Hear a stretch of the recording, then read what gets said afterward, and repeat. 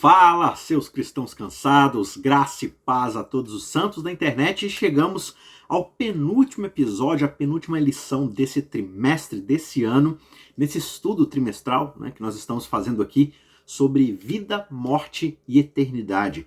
O processo do ser humano, desde o pecado, passando por toda a morte, todo o sofrimento, por causa das nossas más escolhas, e o plano de Deus de restaurar, de nos trazer vida novamente, como Ele nos criou para sermos, quando Ele vier para restaurar todas as coisas, E a gente vem estudando então sobre como é o estado dos mortos, como é que a Bíblia trata essa questão da morte, da ressurreição, da vida após a morte, da vida eterna, enfim. E quase concluindo aqui o nosso estudo desses 3 últimos meses do ano, nessa semana a gente vai considerar o processo do juízo do tempo do fim nas suas 3 fases principais de acordo com a Bíblia. O pré-advento, o juízo milenar, dos 1000 anos, e o juízo executivo, o juízo que traz a execução final de todo o plano da redenção de Deus e também da eliminação do mal do planeta Terra, do universo como um todo, Então todo o processo, ele termina com a vindicação dos justos e com a segunda morte para aqueles que são ímpios, que não querem abrir mão do mal e das escolhas de pecado, beleza?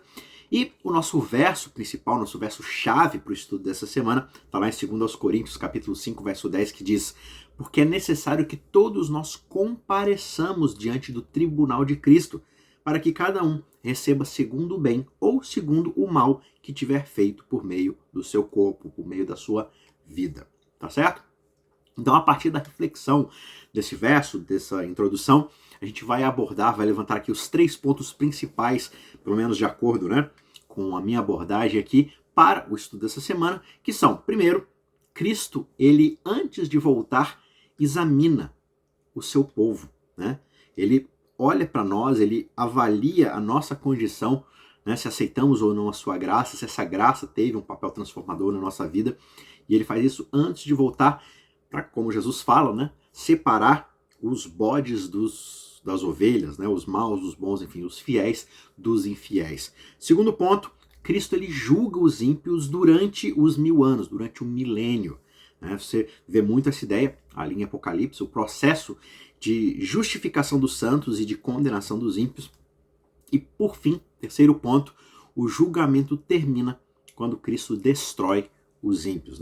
Ali o juízo executivo, o momento final onde Deus vai restaurar o bem e acabar de vez com o mal, certo? Antes da gente ir para o nosso primeiro ponto, eu quero encarecidamente lembrar a você, solicitar a você, que você contribua aqui com o nosso ministério, que você nos ajude a crescer como canal, como disseminadores aqui do estudo da Bíblia, do estudo da Palavra de Deus. E como é que você pode fazer isso? Bem, de forma simples, gratuita, totalmente rápida e instantânea, deixa o seu joinha. Isso aí já ajuda a gente demais na indexação de busca do YouTube. O YouTube entende que tem gente gostando do vídeo, ele vai recomendar para outras pessoas, Sabe quando você está lá assistindo algum vídeo e do lado ali já tem outras sugestões? Então, são de pessoas, que de acordo com o algoritmo, os cálculos do YouTube, enfim, estão gostando de outros vídeos, esses vídeos vão sendo sugeridos para outras pessoas. Então, dessa forma, a gente também pode ser, em algum momento aleatório, ali, ser sugerido também para outras pessoas. Então, esse é um jeito, assim, completamente fácil, rápido de você ajudar. Claro, se inscreva também no nosso canal, se possível, deixe o seu comentário aqui nesse vídeo. E se você quiser ajudar a gente com o seu tempo ou com algum valor financeiro também, para poder ajudar a gente aqui no desenvolvimento dos conteúdos, das técnicas, tecnologias e tudo mais aqui do canal, você pode contribuir e você tem os dados aí para isso na descrição desse vídeo, tá certo? Mas se você curtindo aqui, inscrevendo, compartilhando esse vídeo com outras pessoas, já é uma ajuda assim extremamente muito bem-vinda, certo? E que Deus possa continuar abençoando você. Então, se você se sentir abençoado, edificado por esse vídeo, não esqueça de deixar o seu comentário ou a sua curtida aí, que ajuda bastante a gente. E, novamente, que Deus te abençoe.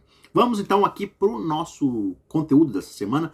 E o primeiro tópico, Cristo examina o seu povo antes de voltar. O julgamento, geralmente quando a gente pensa em julgamento, a gente pensa simplesmente em condenação, Na nossa cabeça tem aquelas cenas de seriado, de filmes ali, de tribunal, onde a pessoa vai ser mandada para a cadeia. Só que, na verdade, biblicamente, o julgamento ele não é só para condenar os ímpios.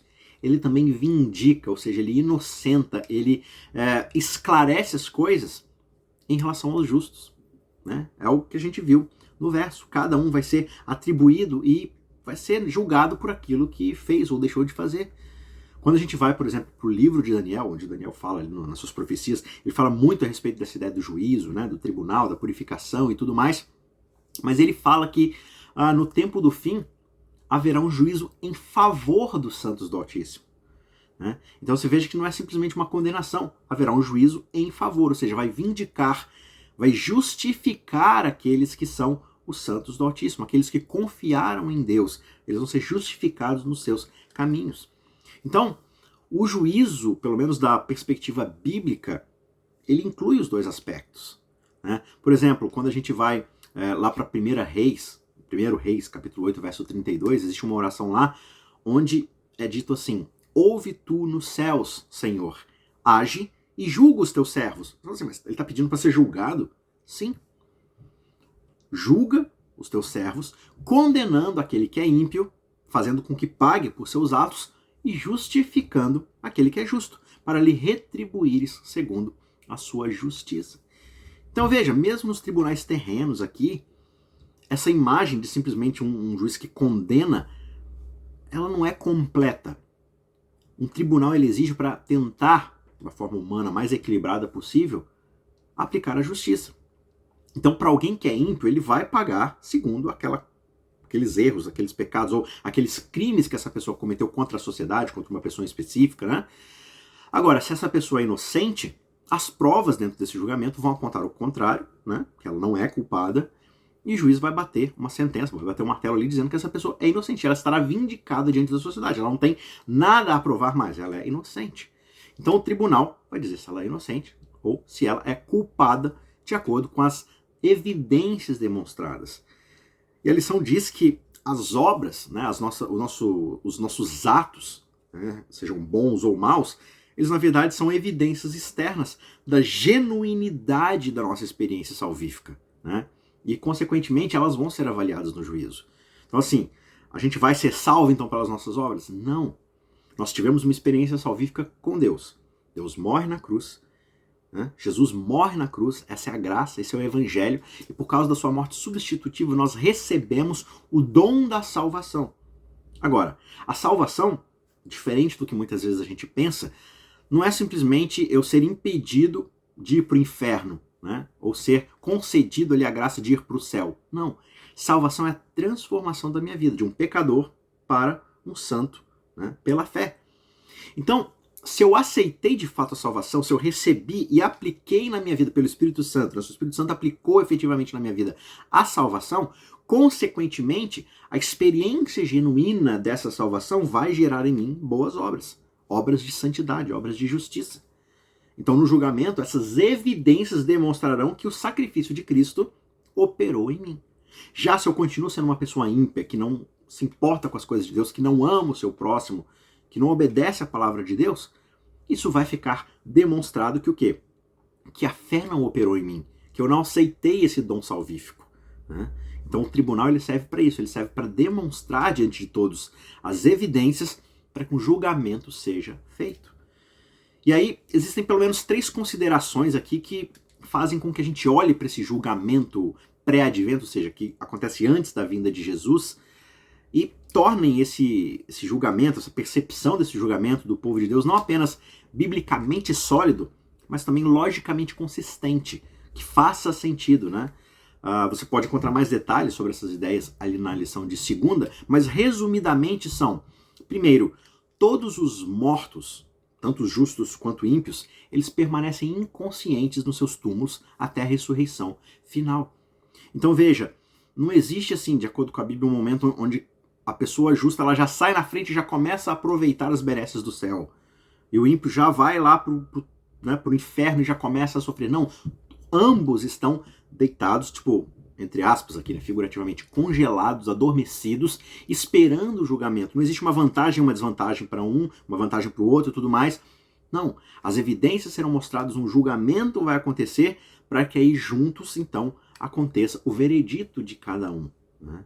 Então, as pessoas não vão lá usufruir as coisas esperando o veredito final, ou então elas vão ir sofrendo enquanto esperam o seu julgamento. Não, elas estão em repouso, esperando cada um a sua própria recompensa. Um outro ponto também é que todos os seres humanos serão julgados após o fim das suas vidas. Hebreus fala, né? O homem está destinado a morrer apenas uma vez e com essa morte vem o julgamento. E com o julgamento, né, na volta de Cristo. Então cada um sendo julgado após o fim de suas vidas. Enquanto ainda temos vida, temos chance de arrependimento, de abandono das práticas pecaminosas, de abandono do nosso caminho de rebeldia contra Deus. E quando as nossas vidas se encerram, então nós aguardamos agora esse julgamento, né, quando Cristo finalmente retornar. E um outro ponto também é que a primeira ressurreição será justamente a recompensa, onde os justos serão abençoados, serão declarados justos diante de todo o universo. E haverá uma segunda ressurreição, que será uma ressurreição para condenação para a morte eterna daqueles que são maus. Você vê essas ideias lá em João 5, 28 a 29, em Apocalipse 20, 4 a 6, 12 a 15, enfim. Ali no livro do Apocalipse, a gente percebe que o juízo pré-advento, na verdade, esse juízo investigativo, ele é mencionado na tarefa de medir aqueles que adoram o Senhor no templo de Deus, lá em Apocalipse 11, verso 1. Então existe um processo, uma tarefa de pesar, de medir, né? É uma imagem aqui que João está usando profeticamente, da gente sendo colocado numa balança e pesado em relação àquilo que é o parâmetro de Deus para o que ele espera da sua criação, né? Da humanidade. E aí há também, né, o famoso texto ali de Apocalipse 14, onde é o anúncio do anjo que é chegada a hora em que Cristo Jesus irá julgar a terra. Né? É chegada a hora do seu juízo, do seu julgamento. Outro texto também da Bíblia que apresenta pra gente uma imagem dessa ideia, biblicamente, é a parábola do traje nupcial, né? Ilustrando ali o julgamento pré-advento. O que acontece lá nessa parábola que Jesus conta? Jesus dá uma festa, né? Na verdade, um rei dá uma festa de casamento e convida todas as pessoas. Várias pessoas rejeitam, para elas não querem ir e tudo mais. E aí esse rei ele diz, olha, então traga todas as pessoas. Cegos, pobres, aleijados, coxos, mendigos, todo mundo está convidado para a festa. Mas, para entrar nessa festa, vocês precisam vestir essas roupas que eu estou dando. Né? E aí os convidados começam a aparecer nessa festa, um após o outro, com as roupas novas, brancas ali, preparadas para esse casamento, para essa festa de casamento, e aí um resolve aparecer com as suas próprias roupas. E ele, né, no final da história, ele é expulso daquela festa, ele é jogado onde haverá, né, Jesus diz, choro e ranger de dentes, porque ele é afastado ali do convívio das pessoas da festa. Então, essa imagem dessa parábola serve para demonstrar justamente isso, que, ok, todos nós somos salvos, ou seja, somos convidados para a festa. E todos nós podemos escolher estarmos nessa festa. Agora, o que evidencia que de fato nós aceitamos verdadeiramente o convite nos parâmetros, ou seja, naquilo que o que convida para a festa estabeleceu? É se estamos vestindo ou não roupas apropriadas para esse evento. E aqui Jesus está falando de roupas que, na verdade, né, são roupas ali brancas, roupas nupciais que representam a justiça de Cristo que nós vestimos, como você vê essa imagem em outros momentos da Bíblia, né? Então, o que vai demonstrar se nós estamos aptos ou não para participar dessa festa? As evidências. Que evidências? Se estamos ou não vestindo essas vestes. Agora, essas vestes, de acordo com Jesus, elas não são fruto do desempenho dos convidados. Elas são um presente do próprio convidador da festa. O rei dá a festa e o rei envia as vestes como um presente. Então nós recebemos o convite da salvação como um presente. Mas se nós vestimos essa salvação ou não, é uma outra história. Isso vai ficar plenamente visível na hora desse julgamento, desse juízo. E aí, vestindo as vestes de Cristo, somos convidados, somos aptos então a participar dessa festa. Mas se recusarmos e quisermos comparecer com as nossas próprias vestimentas, ou seja, com as nossas próprias obras, com as nossas próprias desenvolturas ali, com a nossa própria perspectiva do que a gente acha certo e errado e tudo mais, com o nosso próprio desempenho, aí haverá, Jesus diz, choro e ranger de dentes. Então, essa distinção entre justo e perverso, ela é fortemente afirmada antes do retorno de Cristo, e a gente consegue então ver claramente em textos como Apocalipse 22, verso 11, verso 12, né? Aquele texto famoso que diz, continue o injusto a fazer injustiça e continue o imundo a ser imundo. O justo continue na prática da justiça e o santo continue a santificar-se. Eis que venho sem demora e comigo está a recompensa, o galardão que eu tenho para dar a cada um segundo as suas obras. Então existe claramente uma separação aqui, né? E essa separação acontecerá quando então Jesus vier para nos julgar, para julgar a humanidade e estabelecer os ímpios, né? Os bodes ali, à sua esquerda, demonstrando, olha, esses de fato, por mais que eles possam fingir que me servem, que obedecem à minha vontade, na verdade eles não têm um relacionamento comigo. Não existe nada na vida deles que evidencie que eles me aceitaram, que eles receberam a minha graça. E do meu lado direito aqui, as ovelhas, elas demonstraram ali, por um pouco que seja, evidências de que a graça operou na vida deles através da fé salvífica em Cristo Jesus. Tá certo? Então esse é o primeiro momento ali onde Cristo então julga o mundo e faz essa separação. Segundo ponto aqui do estudo dessa semana é de que Cristo julga os ímpios durante o milênio. Haverá então, após a volta de Cristo, né, após o seu retorno, agora um momento do milênio, dos 1000 anos com Cristo no céu. E nesse momento vai acontecer então o juízo investigativo.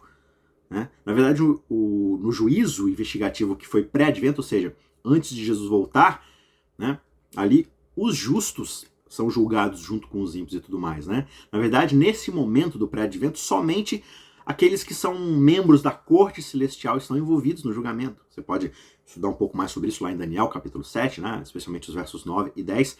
Só que agora, nesse momento, durante o juízo milenar dos ímpios e dos anjos caídos, esses próprios santos que foram vindicados, que foram julgados inocentes, santos, eles também irão participar desse julgamento milenar. Eles vão agora compreender, peraí, por que eu fui salvo, mas o meu amigo, o meu irmão, meu esposo, minha esposa, meu colega, o meu pastor, por que essa pessoa ela não foi considerada inocente? Peraí, o que está acontecendo? Nós vamos então olhar para, entre aspas, aqui, né, de uma forma figurada, para os autos aqui do julgamento, para o relatório do julgamento, nós vamos avaliar as evidências, vamos ver o que Deus, o que Cristo fez por essa pessoa, como é que essa pessoa recusou esse convite de graça, e por conta própria nós chegaremos à conclusão de que Cristo foi completamente justo, foi completamente coerente e correto naquele veredito final. Você pode encontrar indícios dessa verdade, né, dessa doutrina lá em 1 Coríntios 6:3, lá em Judas no verso 6, lá em Apocalipse 24:6, enfim.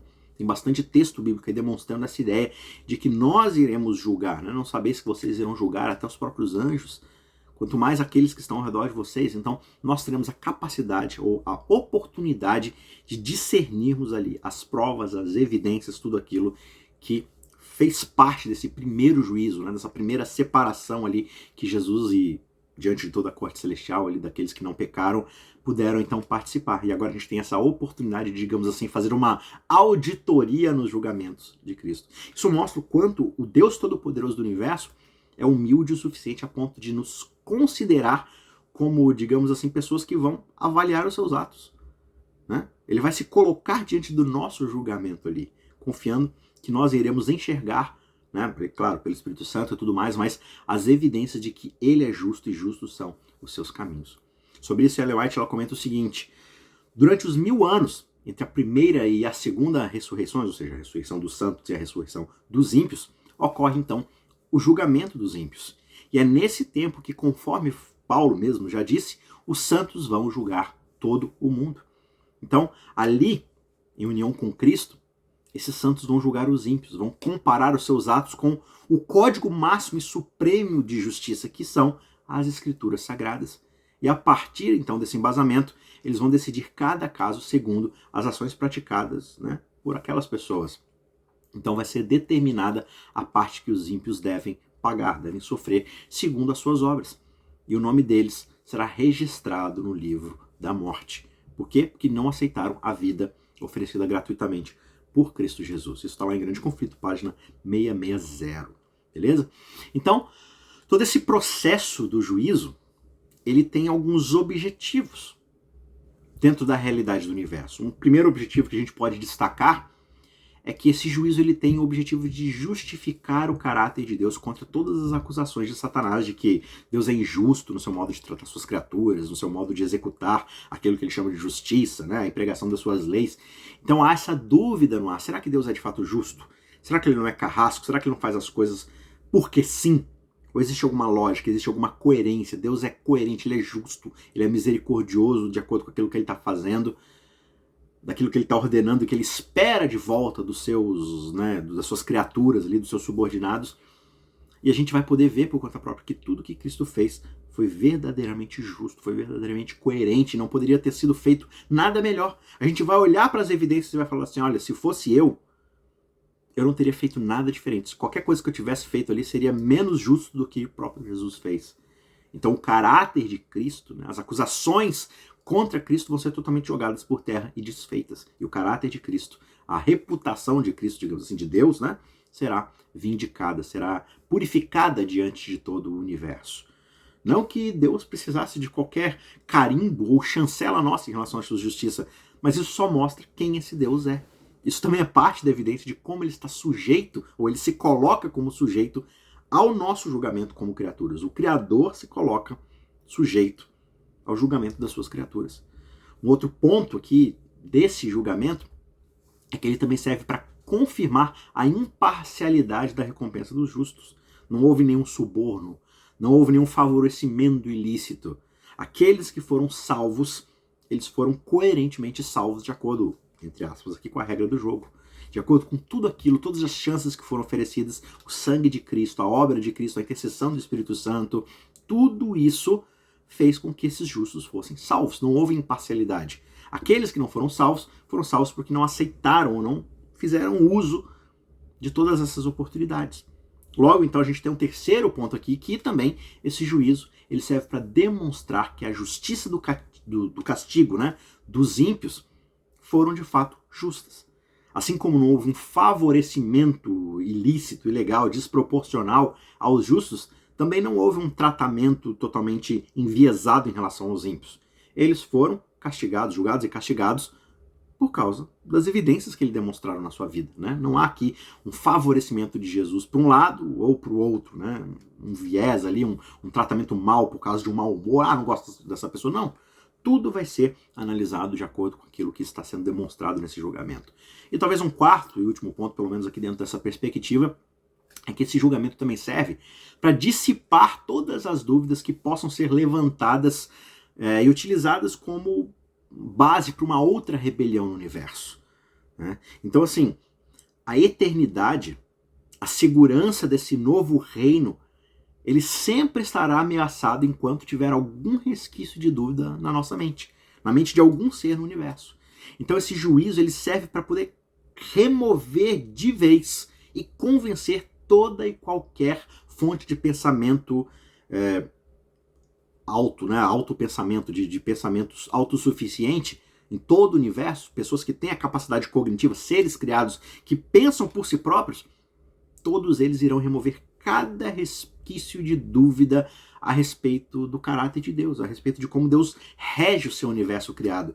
Por isso, jamais haverá no restante de toda a eternidade, e a eternidade é tempo pra caramba, né? Jamais haverá novamente um resquício de dúvida. Por quê? Porque todas as dúvidas foram sanadas, não há nada que tenha ficado para trás que jogue contra ou que acuse o caráter de Deus. Né? Então, quando todas as mentes foram convencidas, então o julgamento estará completo e o universo, a segurança do universo estará novamente em paz e segura contra toda e qualquer rebelião que possa surgir. Porque nunca foi da vontade de Deus abafar a rebelião com força bruta. Sempre foi nos convencer de que o nosso caminho era equivocado. E finalmente o ponto de número 3 daqui da lição é de que o julgamento ele termina quando Cristo destrói os ímpios. Né? O julgamento vai encerrar com Deus destruindo todo o mal. E infelizmente aqueles que decidiram ficar nesse caminho, que decidiram continuar em oposição a Deus, receberão ali a destruição final como parte desse julgamento. Né? E antes que os ímpios sejam destruídos permanentemente, eles vão ter a oportunidade de ver por que eles estão se perdendo e eles vão mesmo reconhecer que a sua punição na verdade é justa. Que diante de todas as evidências apresentadas, eles escolheram aquilo porque eles realmente quiseram esse caminho. Né? Então logo que se abrem os livros de registro, ali mostrando as evidências, o olhar de Jesus se dirige imediatamente para aqueles ímpios. E eles se tornam conscientes de todos os pecados que eles cometeram contra o Senhor da Glória. Eles vão ser capazes de compreender, de enxergar exatamente onde foi que os seus pés se desviaram desse caminho de pureza, de justiça, de santidade. Eles vão notar precisamente até onde o orgulho deles conduziu nessa rebelião, até onde esse orgulho, essa vaidade os levou na violação da vontade de Deus para o universo, para a sua boa criação. Onde foi que eles aceitaram as sedutoras tentações que incentivaram na condescendência para com o pecado. Eles vão perceber cada bênção que foi oferecida a eles, mas que eles perverteram. Né? Cada mensageiro de Deus que foi enviado até eles, mas que eles desprezaram. Cada advertência que foi rejeitada, que não foi ouvida. Cada onda de investida de misericórdia que foi rebatida num coração de pedra, obstinado, impenitente, de que não quer se arrepender. Tudo vai aparecer diante deles como se tivesse escrito assim em letras de fogo, num telão HD 4K diante deles, claríssimo. E agora se torna evidente para todos eles que não existe um outro salário, uma outra recompensa, digamos assim, para esse pecado, que não seja a morte. Né? O salário aqui do pecado não é nobre independência e vida eterna, é escravidão, ruína e morte. Esses ímpios então veem o que eles perderam em virtude da sua vida de rebeldia. Eles quiseram aproveitar a vida de um jeito que era ruim para eles, para o seu próximo, para a sua relação com Deus, e agora eles percebem que, na verdade, tudo isso causou a própria perdição deles. E eles mesmos, os próprios ímpios que se perderão, vão reconhecer que todas as chances foram oferecidas e que eles fizeram a escolha deles, e que tudo está acontecendo de acordo com aquilo que eles mesmos quiseram. Nada foi imposto, nada foi escondido deles, simplesmente foi a escolha que eles queriam ter feito. Né? Então, para concluir o estudo dessa semana, um estudo muito interessante a respeito do juízo, claro que cada ponto levantado aqui é apenas superficial, né? Cabe a você ir atrás desses estudos na palavra de Deus, se aprofundar, ler os textos bíblicos, mas eu quero deixar aqui um último pensamento da escritora Ellen White, para concluir o nosso estudo dessa semana, e ela diz que no dia do juízo final, toda alma perdida compreenderá a natureza da sua rejeição da verdade. A cruz será apresentada e a sua real significação, seu real significado, será visto por todo o espírito que foi cegado pela transgressão. E diante dessa visão do Calvário, daquilo que Cristo fez, né, com a sua misteriosa vítima sangrenta, Jesus Cristo, o Cordeiro de Deus, todos vão se achar condenados e pecadores. Todos vão se considerar totalmente indignos de tal ato, né? E aí qualquer desculpa que a gente possa tentar dar para nos justificar vai cair por terra, vai ficar totalmente banida diante dessa imagem. A apostasia humana vai aparecer em claras cores do seu odioso caráter, de como de fato nós somos maus. E os homens vão poder então ver qual foi genuinamente a sua escolha. A gente vai colocar as coisas em perspectiva. E toda questão de verdade, de erro, nessa longa controvérsia, nesse longo conflito, vai então ser esclarecido. Nesse juízo que acontecerá diante e sobre todo o universo, Deus vai se mostrar totalmente isento de culpa pela existência ou pela continuação do mal. Nunca foi culpa ou plano ou algum defeito da parte de Deus para que o mal viesse a existir e se perpetuasse nas nossas vidas. Vai ficar demonstrado que, na verdade, a vontade, os decretos, a lei divina não é cúmplice do pecado, não é sua causa, não é conivente com o pecado. Nunca houve nenhum defeito no governo de Deus, nenhum motivo que tenha causado qualquer tipo de desafeto da parte dele. E aí, quando os pensamentos de todos os corações forem revelados e colocados em perspectiva, tanto os leais filhos de Deus como os rebeldes, né? Todos eles vão se unir diante de Deus e vão declarar: justos e verdadeiros são os teus caminhos, ó Rei dos santos.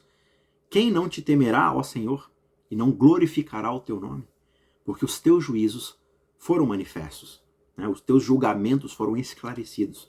E diante desse julgamento, quando esse juiz bater o martelo, todos perceberão que o veredito é justo. Seja para a justiça e, consequentemente, a vida eterna, seja para a impiedade e, consequentemente, a morte. Então, pelo Espírito de Deus, que você receba mais uma vez, assim como tem recebido todos os dias, o chamado do Espírito Santo para uma conversão, para uma mudança diária de vida, para um processo de transformação diário, e que você não rejeite a voz, que você aceite vestir essa roupa que é oferecida para o convite da festa, junto com o convite da festa, para que nós possamos estar juntos naquele dia, desfrutando desse banquete eterno, maravilhoso, e desfrutando de um novo céu e de uma nova terra. Assunto esse que vai ser o assunto da nossa próxima lição na semana que vem. Então, eu te espero lá. Até lá, continue nessa semana aí estudando, se aprofundando e desenvolvendo o seu relacionamento com Deus. Eu te espero na próxima semana. Não esqueça de deixar o seu joinha, de compartilhar esse vídeo com alguma outra pessoa que você acha que precisa ouvir esse conteúdo para incentivar o estudo da palavra de Deus, da lição. E a gente se vê na semana que vem. Forte abraço. Tchau, tchau. Até lá.